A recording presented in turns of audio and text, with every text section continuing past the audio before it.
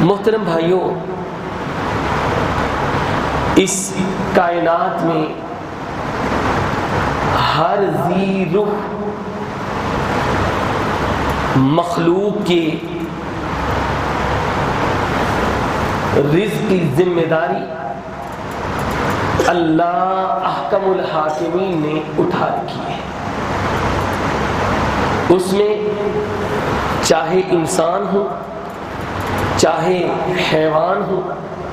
چاہے حشرات الارض ہو، چاہے جن ہو، کوئی بھی مخلوق جو روزی کی یا کھانے کی حاجت اور ضرورت محسوس کرتی ہے، اس کے کھانے پینے کی ذمہ داری اللہ رب العالمین نے اپنے ذمے لی ہوئی ہے۔ اور اللہ تعالیٰ فرماتے ہیں وَمَا مِن دَابَّةٍ فِي الْأَرْضِ إِلَّا عَلَى اللَّهِ رِزْقُهَا، کہ زمین میں کوئی ایسا چھپایا نہیں ہے کہ جس کی رزق کی ذمہ داری ہم نے نہ اٹھائی ہو۔ اور اس رزق کے بارے میں اللہ رب العالمین نے فرمایا کہ وَجَعَلْنَا لَكُمْ فِيهَا مَعَائِشَ، کہ ہم نے معیشت اور تمہاری روزی روٹی اور تمہارا رزق اس کو مقرر کرنے والے ہم خود ہیں۔ اور پھر اللہ رب العالمین نے اس رزق کے حصول کے لیے مختلف وسائل، مختلف ذرائع، مختلف اسباب اختیار کرنے کا حکم دیا، اور کیا فرمایا وَجَعَلْنَا النَّهَارَ مَعَاشًا، کہ لوگوں ہم نے اگر رات تمہارے سونے کے لیے بنائی ہے، آرام کرنے کے لیے بنائی ہے، تو جو دن ہے وَجَعَلْنَا النَّهَارَ مَعَاشًا، ہم نے دن تمہاری روزی روٹی تلاش کرنے کے لیے بنایا ہے۔ اور ایک جگہ پر کیا فرمایا کہ یہ اللہ کی نشانیوں میں سے ایک نشانی ہے کہ اس نے رات کو بنایا لِتَسْكُنُوا فِيهِ، تاکہ تم اس میں سکون اختیار کرو، اور دن کو بنایا لِتَبْتَغُوا فَضْلًا مِّن رَبِّكُمْ، تاکہ تم اس میں اللہ کی جو توفیق سے روزی ہے اور اللہ کا جو فضل ہے رزق کے حوالے سے اس کو تلاش کرو۔ اس لیے آج جس امر کی ضرورت ہے، رزق کی کمی نہیں ہے، وسائل کی کمی نہیں ہے، تجارت کی کمی نہیں ہے، اسباب کی کمی نہیں ہے، آج کمی ہے تو ان وسائل سے بچنے کی جو ہمیں اختیار کرنے کے بعد حرام کا لقمہ اور حرام کی روٹی وہ ہمارے بھی پیٹ میں لے کر جاتے ہیں اور ہماری اولادوں کے پیٹ میں بھی لے کر جاتے ہیں۔ میرے بھائیوں، جو میں نے آیت کریمہ آپ کے سامنے تلاوت کی ہے، اللہ کریم اس میں فرماتے ہیں یا ایھا الرسل کلوا من الطیبات واعملوا صالحا، اے رسولوں کی جماعت حلال اور پاکیزہ رزق کھاؤ اور نیک اعمال کرو۔ اب آپ اس آیت پہ اگر غور کریں تو کیا چیز سامنے آتی ہے کہ اللہ حلال اور پاکیزہ رزق کھانے کا حکم کنہیں دے رہے ہیں بھلا؟ کن کو دے رہے ہیں؟ رسولوں کو، اپنے انبیاء کو۔ حالانکہ ہم یہ قطعاً سوچ بھی نہیں سکتے کہ اللہ کے جو انبیاء اور رسول ہیں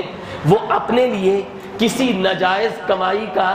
ذریعہ بنتے ہوں، یا اپنے بیٹوں کے پیٹوں میں، اپنی اولادوں کے پیٹوں میں وہ حرام کا لقمہ ڈالتے ہوں۔ ہم یہ ایسا سوچ بھی نہیں سکتے لیکن اللہ نے پھر بھی انہیں حکم دے کر سمجھایا کہ اے رسولوں کی جماعت، یا ایھا الرسل کلوا من الطیبات،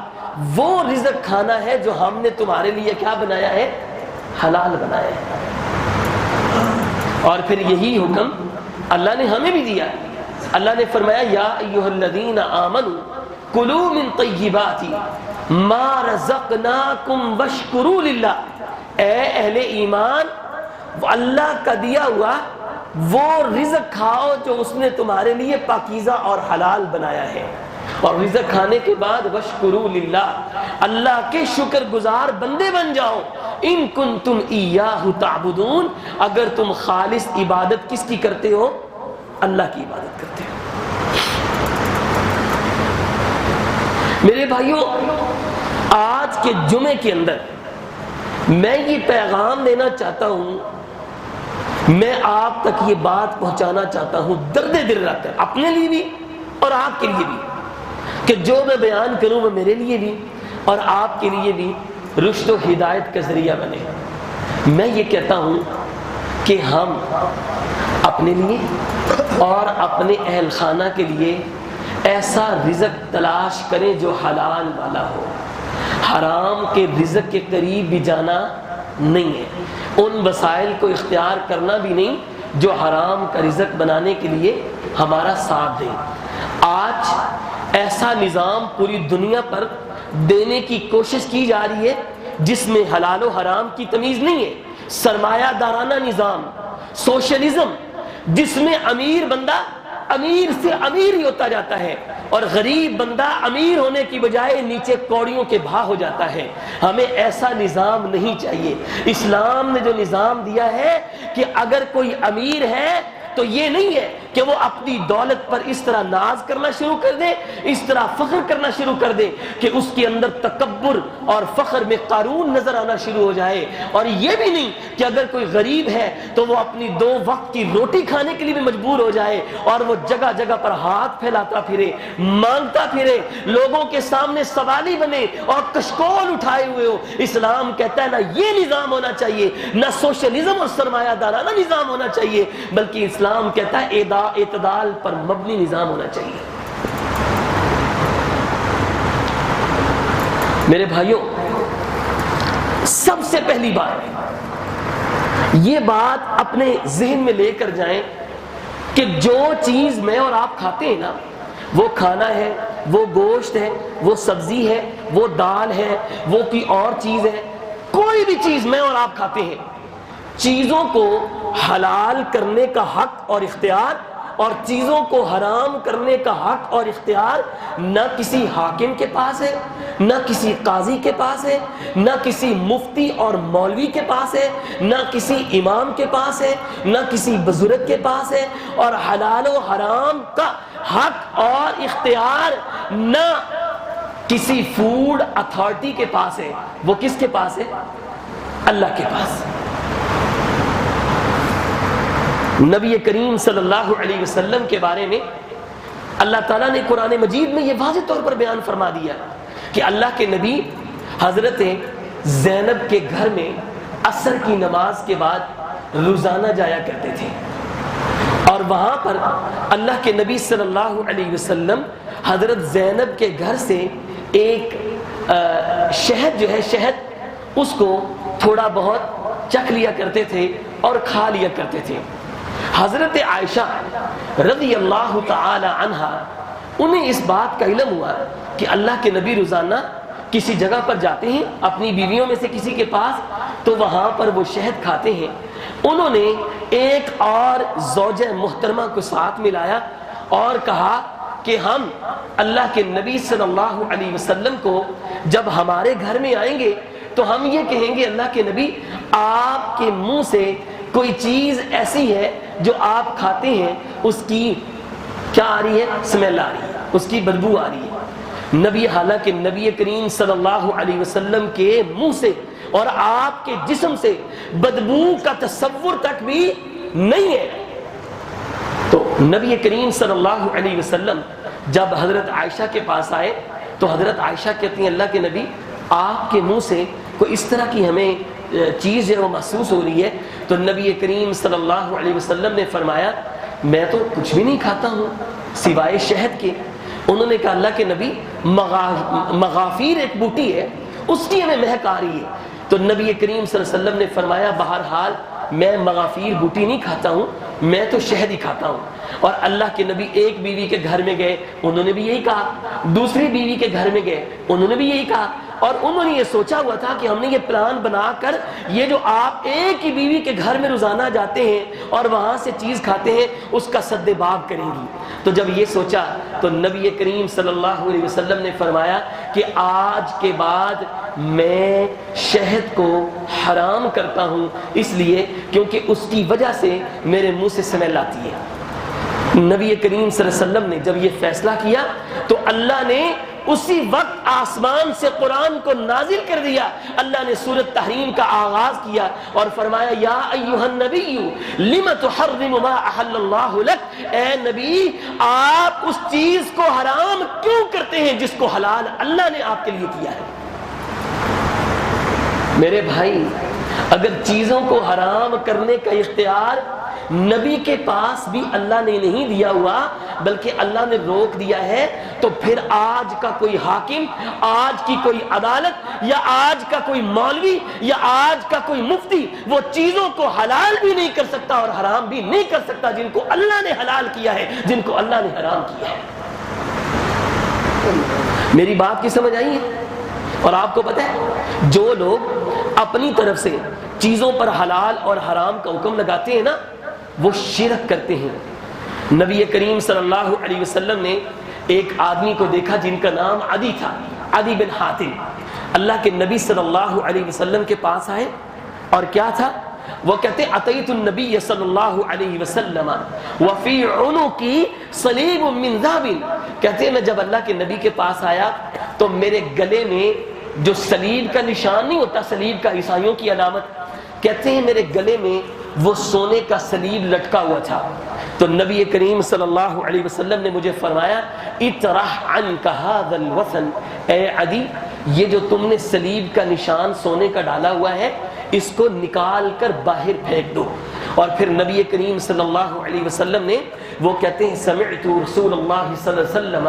یقرأ سورۃ البراء، میں نے اللہ کے نبی کو پھر سورۃ توبہ کی ان آیات کو پڑھتے ہوئے سنا۔ اللہ کے نبی نے فرمایا اتخذوا احبارهم ورهبانهم اربابا من دون اللہ، وہ لوگ جو یہودی ہوئے اور وہ لوگ جو عیسائی ہوئے انہوں نے اپنے علماء اور اپنے درویشوں کو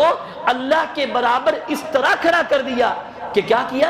اربابا من دون اللہ، اللہ کو چھوڑ کر وہ انہوں نے اپنے علماء کو رب بنا لیا، ان کی عبادت کرنا شروع ہو گئے۔ تو حضرت علی کہتے ہیں اللہ کے نبی جو عیسائی ہیں یا یہودی وہ ان کی عبادت تو نہیں کرتے تھے، علماء کی عبادت تو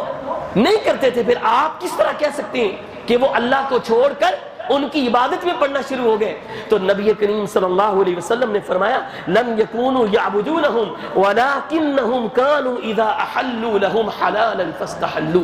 اللہ کے نبی نے فرمایا سنو وہ عبادت تو نہیں کرتے تھے لیکن جن چیزوں کو اللہ نے حلال کیا ہے وہ اپنی طرف سے ان پر حرام کا حکم لگاتے تھے، اور جن چیزوں کو اللہ نے حرام کیا ہے ان کے مولوی، ان کے علماء یہودیوں اور عیسائیوں کے وہ ان چیزوں کو حلال کر دیتے تھے جن کو اللہ نے حرام کیا ہے۔ اور یہ حلال اور حرام کا اختیار کس کے پاس تھا؟ اللہ کے پاس تھا، انہوں نے اللہ سے چھین کر اپنے مولویوں کو دیا، اور نبی کریم صلی اللہ علیہ وسلم نے فرمایا یہی تو شرک ہے۔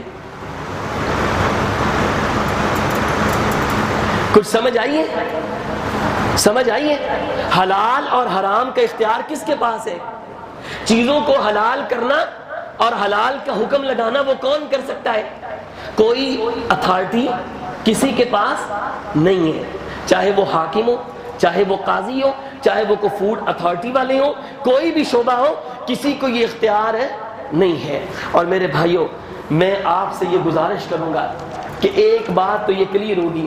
دوسری بات میں یہ کہنا چاہتا ہوں کہ اپنے بچوں کے لیے، اپنے گھر والوں کے لیے جب نکلیں صبح اور اپنے معاش کو تلاش کریں، روزی کو تلاش کریں تو حلال کا انتخاب کریں اور حرام سے اپنے آپ کو بچا لیں۔ اور ایسی چیزوں سے بھی بچ جائیں جن کے اندر شکوک و شبہات ہوتے ہیں، جن کے اندر ابہامات ہوتے ہیں، جن کے اندر شک و شبہ ہوتا ہے۔ نبی کریم صلی اللہ علیہ وسلم نے کیا فرمایا؟ ان الحلال بین وان الحرام بین، حلال کو بھی اللہ نے واضح کر دیا ہے اور حرام کو بھی اللہ نے واضح کر دیا ہے۔ جو چیزیں اللہ نے حلال ٹھہرائی ہیں اللہ نے ان کو بھی بیان کیا ہے، ان کے اصول، ان کے قواعد، ان کا ضابطہ، ان کی علامات اور ان حلال ہونے کی پہچان وہ بھی اللہ نے کروا دی ہے۔ وَإِنَّ الْحَرَامَ بَيِّنٌ، اور جو چیزیں حرام ہیں اللہ نے ان کو بھی واضح کر دیا ہے۔ اور نبی کریم صلی اللہ علیہ وسلم نے فرمایا فَمَنِ اتَّقَ الشُّبُهَاتِ فَقَدِ اسْتَبْرَأَ لِدِينِهِ وَعِرْضِهِ، جو بندہ شک و شبے والی چیزوں سے بچ گیا، جو بندہ شکوک و شبہات سے بچ گیا، اللہ کے نبی نے فرمایا اس نے اپنے دین کو بھی محفوظ کر لیا اور اپنی عزت کو بھی محفوظ کر لیا۔ وَمَنْ وَقَعَ فِي الشُّبُهَاتِ وَقَعَ فِي الْحَرَامِ، اللہ کے نبی نے فرمایا جو بندہ حرام کے اندر واقع ہو گیا، حرام چیز کو لینے کے اندر داخل ہو گیا، اس کے اوپر اس نے اپنی کوشش شروع کر دی۔ وَمَنْ وَقَعَ فِي الشُّبُهَاتِ، اللہ کے نبی نے فرمایا جو بندہ شبہات کے اندر پڑ گیا، شکوک و شبہات کے اندر، اللہ کے نبی نے فرمایا وَقَعَ فِي الْحَرَامِ، وہ حرام کے اندر داخل ہو سکتا ہے۔ مزید مثال دیتے ہوئے سمجھایا کہ کالراعی یرعی حول الحمى یوشک ان یقع فیہ الا وان لکل ملک حما الا وان حمی اللہ محارمہ۔ اللہ کے نبی نے فرمایا کہ یہ مسجد اتنی، اگر کسی بندے کی چراگاہ ہو، کسی بندے کی چراگاہ ہو اور وہ اپنے جانوروں کو اس چراگاہ کے اندر چرنے کے لیے چھوڑ دیتا ہے، اب جانور کو تو نہیں پتا میں کہاں پہ چر رہا ہوں، یہ میرے مالک کی جگہ یا آگے والی چراگاہ کس کی ہے، تو جانور اپنی چراگاہ چھوڑ کر کسی دوسرے کی زمین میں داخل ہو سکتا ہے۔ اللہ کے نبی نے فرمایا الا ان حمی اللہ محارمہ، لوگو اللہ کی جو چراگاہ ہے نا، اللہ کی جو حدود ہیں، اللہ کی جو پابندیاں ہیں، وہ اس کی حرام کردہ چیزیں ہیں، اور جو حرام کردہ چیزوں کے اندر اپنے آپ کو نہیں بچاتا اور حلال چیزوں کو اختیار نہیں ہوتا، اللہ کے نبی صلی اللہ علیہ وسلم نے فرمایا وہ اللہ کی حدود کو پامال کر رہا ہے، اللہ کے ساتھ بغاوت کر رہا ہے، اللہ کے نظام کی دھجیاں اڑا رہا ہے، اور اللہ کا مجرم ہے وہ بندہ جو حلال و حرام کی تمیز نہیں کرتا ہے۔ میرے بھائیوں، نبی کریم صلی اللہ علیہ وسلم نے فرمایا یا کعب لا يدخل الجنت لحم نبت من سحت، اے کعب سن لو، ایسا جسم جنت میں نہیں جا سکتا جو حرام کی کمائی سے پلا بڑا ہو، ایسا جسم جنت میں جانے کا حقدار نہیں ہے جس کو مالک نے حرام کھلا کھلا کر بڑا کیا ہو۔ مجھے یہ بتائیں، اگر آج آپ خود اپنے پیٹ میں حرام کا نوالا ڈال رہے ہیں اور اپنے اہل خانہ کو بھی، اپنی اولادوں کو بھی اور اپنے ماتحت لوگوں کو بھی حرام کے نوالے ڈال ڈال کے کھلا رہے ہیں، اللہ کی قسم یاد رکھیں نبی کریم صلی اللہ علیہ وسلم نے فرما دیا کہ ایسے جسم جنت میں جانے کے مستحق نہیں ہے۔ میرے بھائیوں، نبی کریم صلی اللہ علیہ وسلم نے ایک دن راستے میں جا رہے تھے، اللہ کے نبی نے زمین پر گری پڑی ایک کھجور تھی، کیا تھا میری طرف توجہ کریں، زمین پر گری پڑی ایک کھجور کو دیکھا، نبی کریم صلی اللہ علیہ وسلم اس کھجور کو اٹھا کر کھانے کے لیے نیچے جھکے، اللہ کے نبی نے کھجور کو اٹھانا چاہا کھانے کے لیے، پھر آپ نے ادھر رکھ دیا، نہیں اٹھائی، اللہ کے نبی نے کھجور کو نہیں اٹھایا اور اپنے منہ میں اس کھجور کو ڈالا نہیں، حالانکہ جھکے کس کے لیے تھے؟ کھانے کے لیے۔ نبی کریم صلی اللہ علیہ وسلم نے فرمایا لولا ان تکون صدقۃ لاکلتها، اگر یہ کھجور مجھے اس بات کا ڈر نہ ہوتا کہ یہ صدقے کی ہے تو میں اس کو ضرور کھا لیتا، یہ صدقے کی کھجور مجھے لگ رہی تھی، مجھے شک تھا، اس لیے میں نے اس کو کھانا گوارا نہیں کیا۔ کیوں؟ کیونکہ اللہ نے آل رسول پر صدقے کو کیا کیا ہوا ہے؟ حرام کیا ہوا ہے، اس لیے کیونکہ یہ ہمارے ہاتھوں کی میل کچیل ہے، اور یہ غریبوں کا حق ہے، غریبوں کا حق ہے، فقراء کا حق ہے اور مساکین کا حق ہے۔ تو نبی کریم صلی اللہ علیہ وسلم نے اس کھجور کو اٹھا کر نہیں کھایا، کس وجہ سے؟ کہ کہیں یہ کھجور صدقے کی نہ ہو۔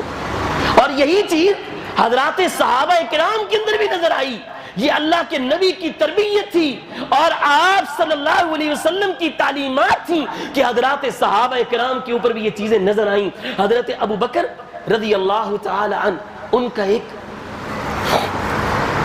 غلام تھا، اس نے کیا کیا؟ اس نے حضرت ابو بکر رضی اللہ تعالی عنہ کے پاس ایک چیز کھانے کے لیے وہ پیش کی،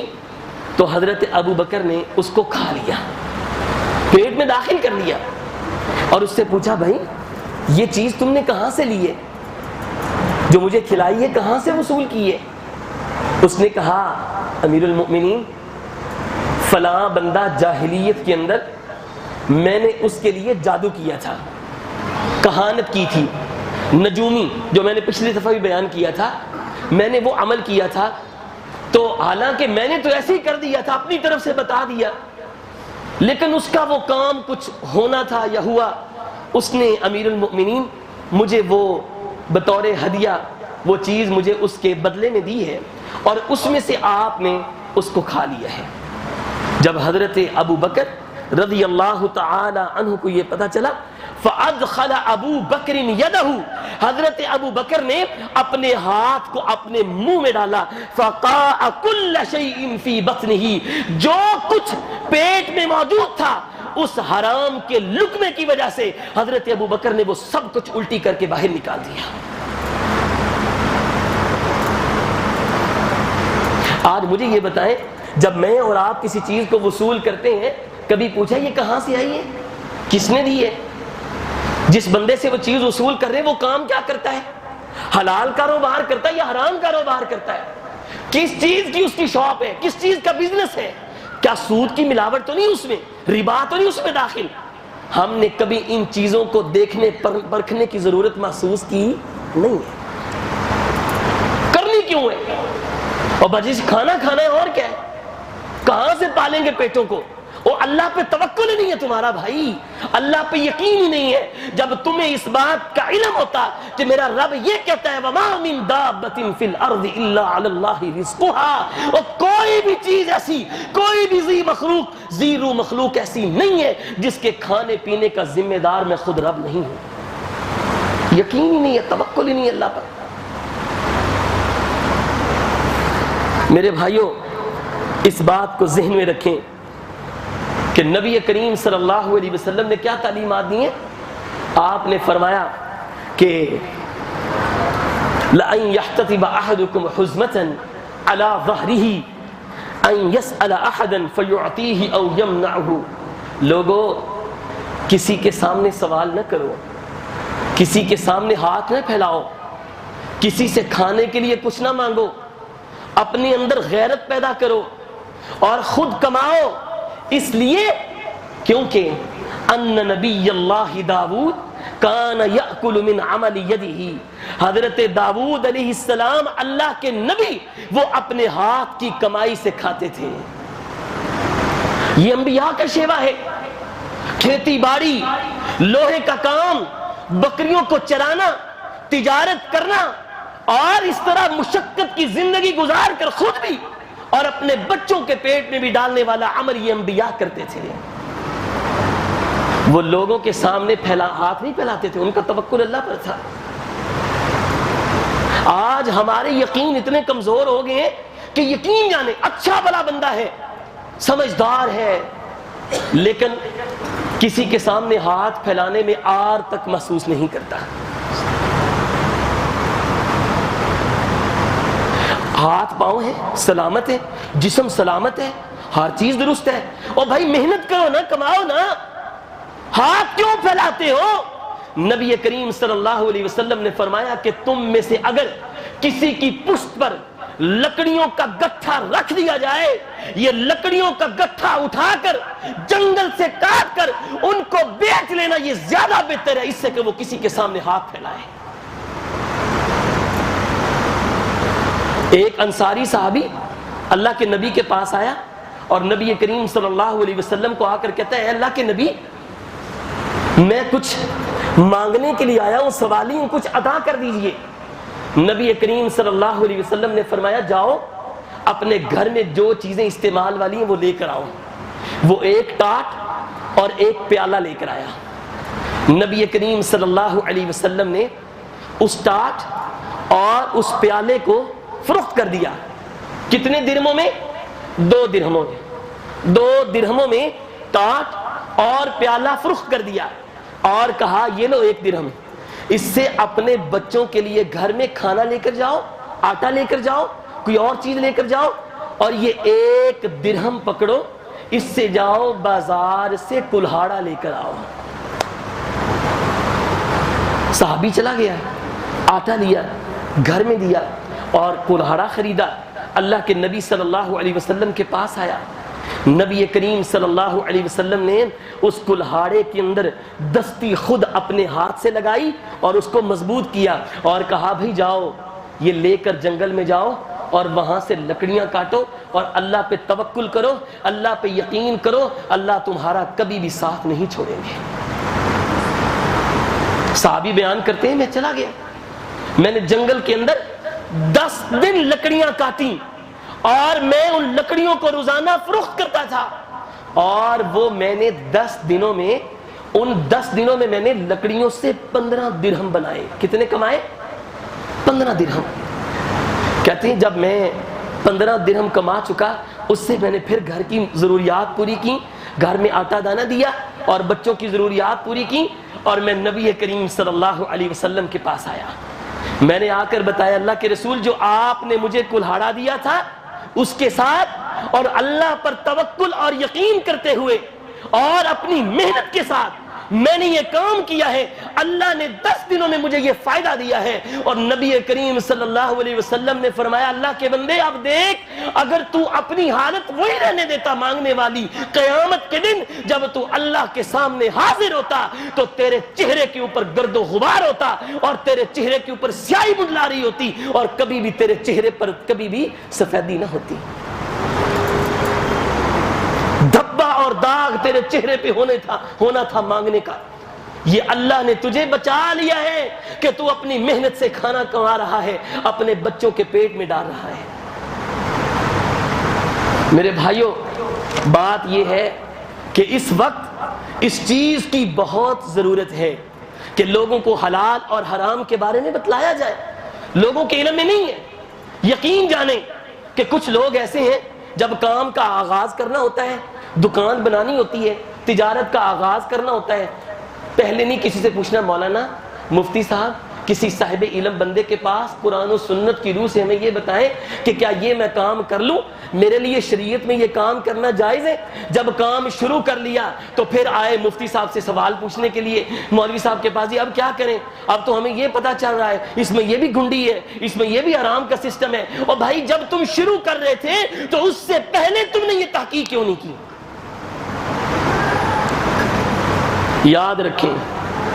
یاد رکھیں، اگر آپ حرام مال کماتے ہیں، حرام مال کو اختیار کرتے ہیں، اس کو جمع کرتے ہیں، بھلے ہی آپ اس کے اللہ کے گھر کو بنائیں، بھلے آپ اسے رفاہ عامہ کے لیے خرچ کریں، بھلے آپ اسے لوگوں کے اوپر خیرات کریں، غریبوں اور فقیروں کو عنایت کریں، اللہ کی قسم اس حرام کے مال کو رب آسمان پہ بیٹھا قبول نہیں کرتا ہے۔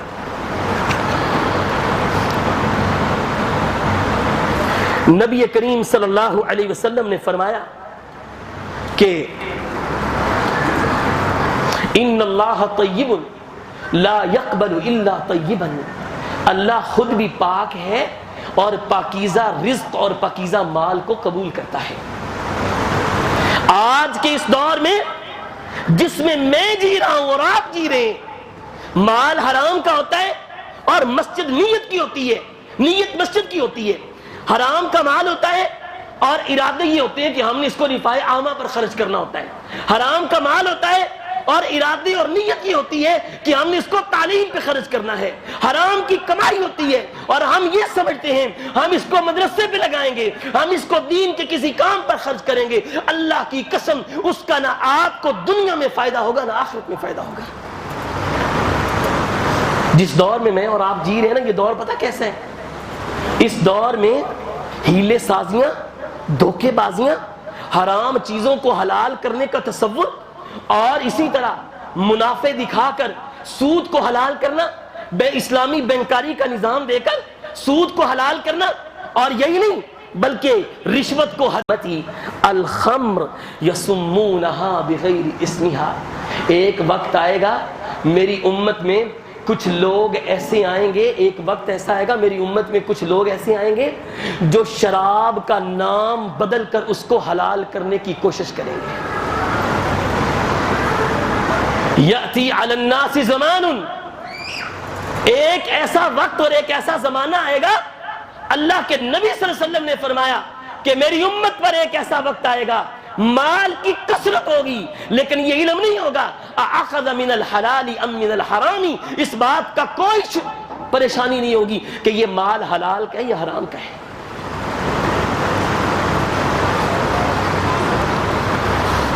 میرے بھائیوں، جب حرام کے لقمے پیٹ میں جائیں گے نا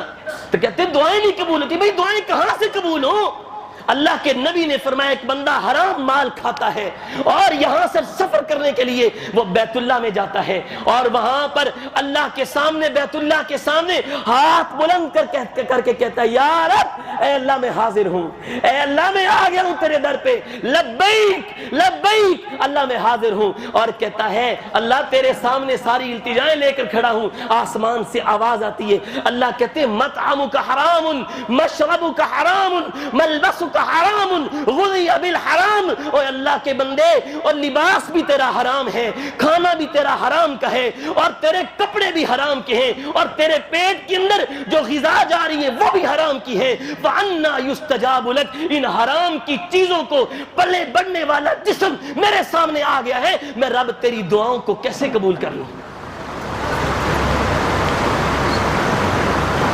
جب حج جیسی اتنی عظیم عبادت حرام کی وجہ سے قبول نہیں ہوتی تو میرے اور آپ کے چھوٹے چھوٹے اعمال کیسے قبول ہوں گے؟ اجی گھروں میں اطمینان نہیں ہوتا، مولانا اتنا کماتے کچھ پورا نہیں ہوتا، اور بھائی یہ بھی سوچو کہ کہاں سے آ رہا ہے، کس ذرائع سے وہ آپ کے پاس پہنچا ہے، حلال کیا ہے حرام کیا ہے؟ نبی کریم صلی اللہ علیہ وسلم نے فرمایا من جمع مالا حراما ثم تصدق به لم يكن فيه اجر وكان اسره عليه۔ یہ صحیح الترغیب والترہیب کی حدیث ہے۔ نبی کریم صلی اللہ علیہ وسلم نے فرمایا کہ جس نے حرام مال کو جمع کیا، جس نے حرام مال کو جمع کیا اور پھر اس حرام مال سے اس نے کیا کیا کہ اللہ کے راستے میں صدقہ بھی کیا، صدقات و خیرات کرتا رہا، حرام مال سے سکول بنا دیا، ٹوٹیاں لگا دی، پانی لگا دیا، لو جی فلٹر پلانٹ لگ رہا ہے، حرام مال سے سکول بن رہے ہیں، تعلیم کا کام ہو رہا ہے، ادارے بن رہے ہیں، مدارس بن رہے ہیں، مساجد بن رہی ہیں۔ مولانا میرے پاس سود کا مال پڑا، اس کو کیا کروں؟ ہیں مولانا صاحب بھی کہتے ہیں اچھا جی مسجد پہ لگا دو، اللہ خیر کرے ایسے مفتیوں کا، ایسے علماء کا، ہیں، اور بجائے اس کے اسے سمجھاؤ بھائی یہ جو تم نے حرام کا مال جمع کیا ہوا ہے، اس کے بارے میں اللہ کے نبی نے فرمایا جس نے حرام کا مال جمع کیا پھر اس مال سے اللہ کے راستے میں وہ صدقات و خیرات کرتا رہا، اللہ کے راستے میں خرچ کرتا رہا، لم یکن فیہ اجر، اس بات کا اسے ذرا بھر بھی اجر و ثواب اللہ نہیں دیں گے، وکان اسرہ علیہ، اجر بھی نہیں ملے گا، ثواب بھی نہیں ملے گا، بلکہ الٹا وبال اور گناہ اس کے اوپر ہے۔ نبی کریم صلی اللہ علیہ وسلم نے فرمایا، اللہ کے نبی نے فرمایا کہ من اکتسب مالا، جس نے مال کو کمایا، من معصوم، غلط اور ناجائز طریقے سے، جس نے مال کو کمایا غلط اور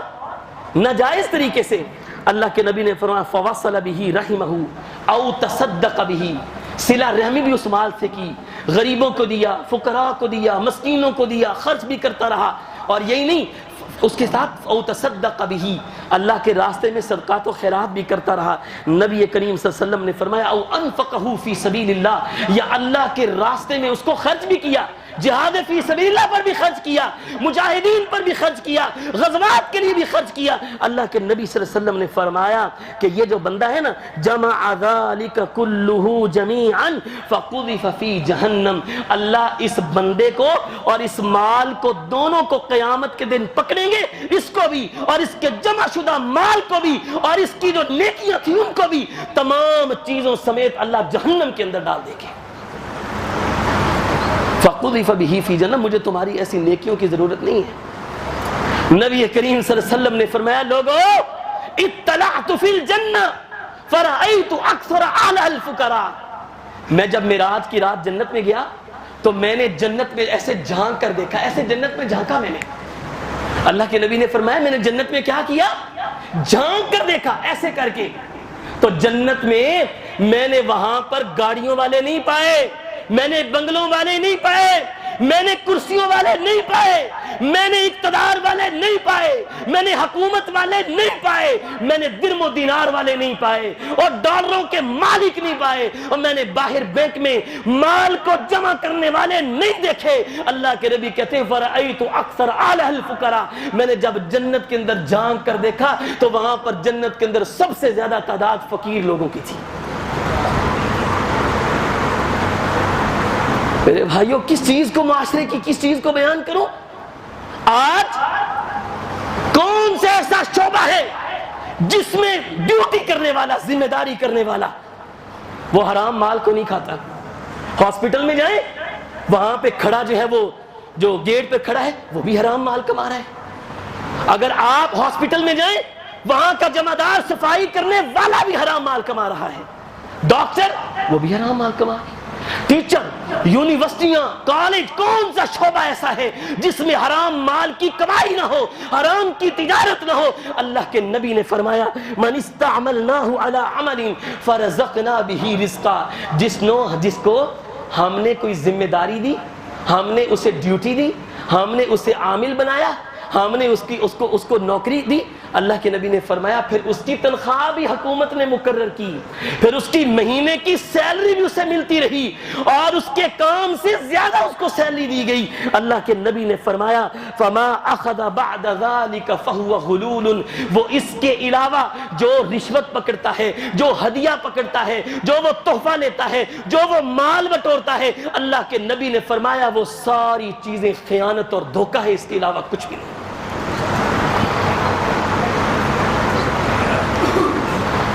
میرے بھائیوں، آج کے اس دور میں اگر اپنی عبادات کو اچھا کرنا چاہتے ہیں، اپنے نماز روزے کو بہتر کرنا چاہتے ہیں، اپنے گھروں میں سکون دلانا چاہتے ہیں، اپنے بچوں کی تعلیم اور ان کے اعمال اور تربیت کی فکر چاہتے ہیں، تو اللہ کے لیے اپنے گھر میں جو روزی روٹی لاتے ہیں اس کے بارے میں سوچیں کہ وہ کہاں سے آ رہی ہے، اس کے ذرائع جائز ہیں یا ناجائز ہیں۔